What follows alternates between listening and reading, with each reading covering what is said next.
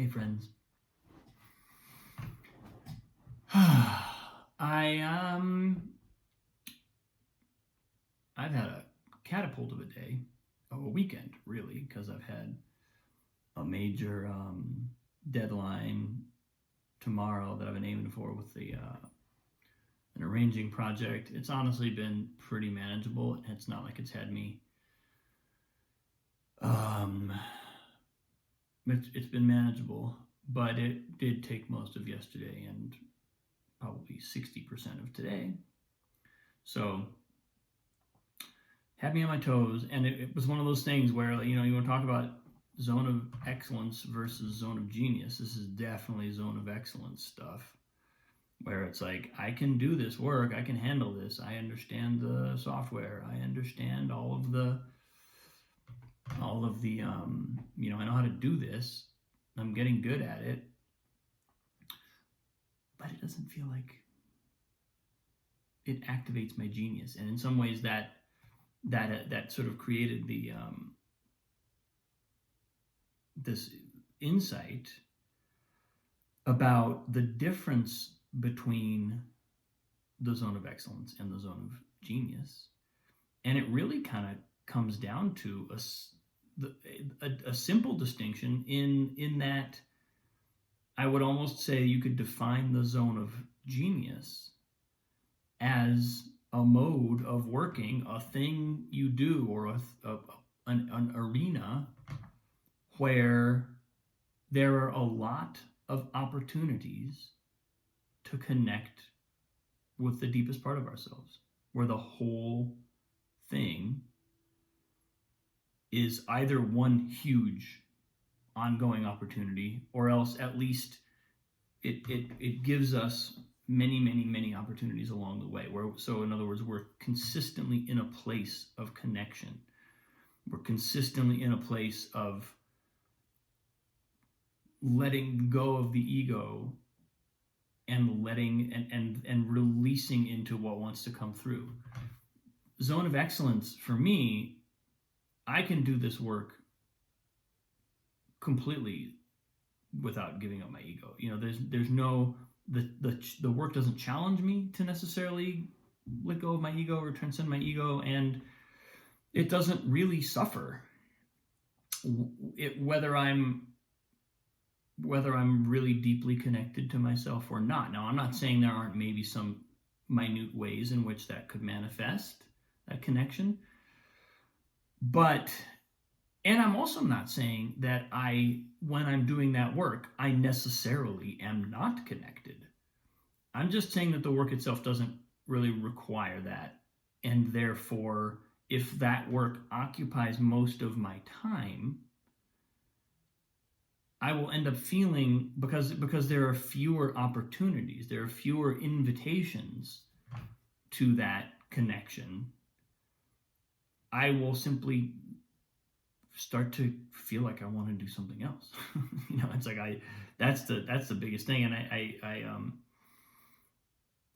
didn't really, again, this, like I said, this project has been manageable this time around. It hasn't taken so much of me that I felt like I've tilted into an imbalance. But certainly a couple heavy days like this do remind me, like I haven't really played with Annalise this weekend at all.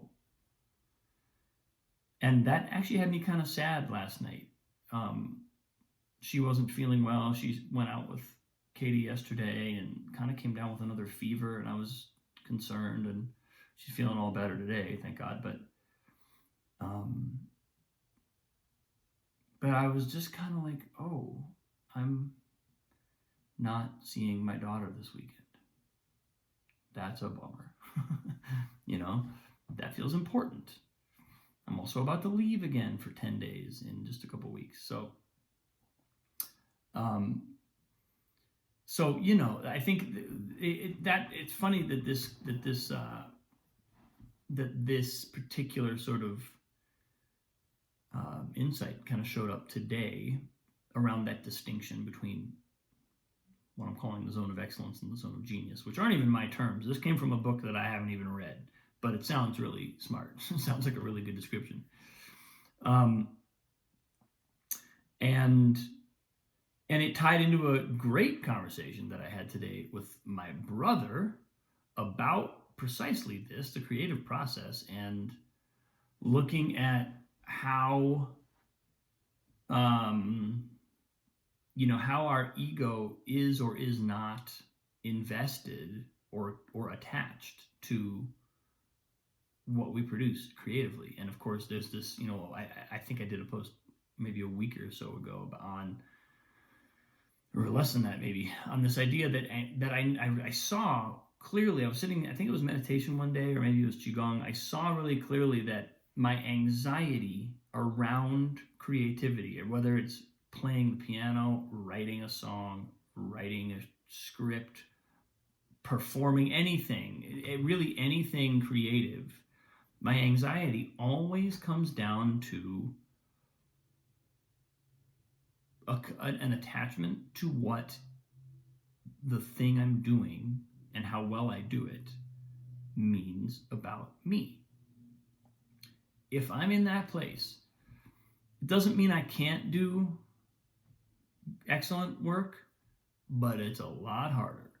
And it does mean that I'm not doing the deepest possible work. It does mean I'm not doing genius level work, because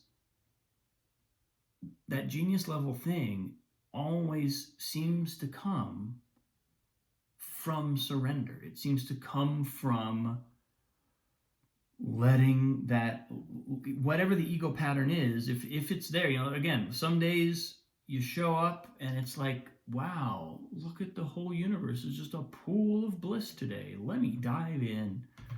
Other days, it's like a thicket of mental stuff that's like all over us. And so, and I like to think that's natural, because it is for me. But I think clearly, so anybody who really kind of like has a creative, an ongoing creative practice, tends to kind of be our experience, that we have these days of like, it's just easy to connect, and then we have these days where it's really difficult to connect. And by and large, there's progress there, and as I was saying to my brother today, when I look at the people that I really deeply admire, if I look at the artists that really have impacted me, where they've just like grabbed my heart with something, and feels like I just resonate, like they sound the gong of me when they do their thing. Almost all of them are just, they feel like they've checked their ego at the door, and they are not invested in what anyone or themselves thinks of them as a result of this thing they're doing. They have let that go, and the thing itself, because when we have that attachment, that desire for a certain outcome, for a certain meaning, that I wrote this, and that means that I'm a such and such. That inherently distorts the thing, because the target is now this limited image. The target is now determined by something limited and in some ways already out of date. Like, it's already in the past. It's coming from the past because it's coming from memory and thought and ego. So if our target is something from the past, we're unlikely to hit transcendence if we aim at it, because we're not aiming at anything beyond the past. You gotta strip that away. We have to let that go in order to at least have a chance of aiming at something transcendent. Doesn't mean we're going to hit. I mean, we might miss. We might make a total mess.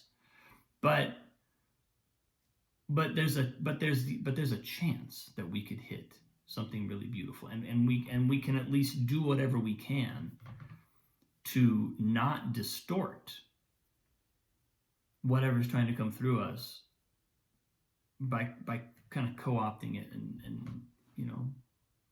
trying to squeeze it into a compartment that that's prefabricated, something that we've already designed the outcome that we wanted to have for ourselves. Man, is that tough sometimes to just keep on the trail of the inspiration, but not get fixated on what it means. It's a real I think that's why it's such I think that's why I love this connection between creativity and spirituality, because the creative path, if we approach it this way, gives us, literally every single moment is an opportunity to do this work. Every single moment is an opportunity to make that connection, or to see that the connection's not there. And the other thing that kind of showed up in this conversation that I found kind of revelatory is, we may understand what's happening, we may understand our pattern, we may not, but the thing that really the act of transcendence that we can always choose is to observe what is there. We can always choose to do that. It does not matter how embroiled we are in a pattern. It doesn't matter how deep of a pattern it is, or how superficial, or how helpful, or how unhelpful. The act of observing is the act of transcendence. And I think, as I was chatting with my brother about this, it's kind of like the understanding of, oh, I see what I'm doing here, or, oh, I see why I always do that, or whatever the epiphany manifests as in our intellect, in our understanding, that always seems to follow the act of observation. In other words, a lot of times the pattern will manifest as something emotional or physical. It'll manifest as something that's not it's not a thought in my mind that I can wrap my head around. It's an experience that I feel trapped by. And if I'm going at it intellectually, I will be trapped by it, because the mind will never free itself from itself. That's not what the mind does. The mind is a contained domain. It's a domain. It's a vibrational level. Ken Wilber does a great job of describing these kind of like bandwidths of consciousness. The mind will not transcend the mind, and no idea in the mind will be the one that gets that okay, now I know, now I understand transcendence. Yay, I've got it. Never happens that way. And so the experience, that whatever the powerful experiences of the pattern that we feel like is holding us in place, the thing we can always choose to do is observe. And generally, this is why meditation is such a ubiquitous practice in all the spiritual traditions, because it's the act of doing nothing and sitting with what is, and letting what is be, not acting on the string of compulsive actions that we generally take to try and stop what is from being what it is, or to adjust where what is seems like it's going. Sitting with it, and very quickly after the act of observation, there tends to be a moment of understanding. But the moment of understanding is kind of like the reward, and it's after the fact. I think Werner Erhard called it the booby prize. Understanding is the booby prize. I think I've even put this in a post maybe like a year ago. But it's so true. It's the thing, the understanding is the thing you get after you've already freed yourself from the thing. It's not the thing that leads you to freedom, because the mind doesn't lead the mind to freedom. Not how it works. So, again, that's why I think, as far as this excellence, genius, these different modes go, and encouraging ourselves to live in the mode of genius, in the zone of genius, is really,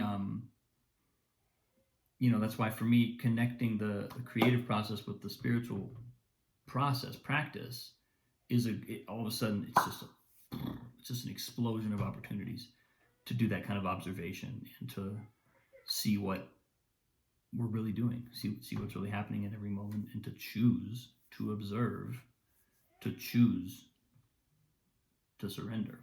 So that's what I got today, folks. And I think Annalise is waking up from her nap, but she's had a long nap. It's a good one. Thanks, people. Love you. Appreciate you. Have a wonderful day. I'll see you tomorrow.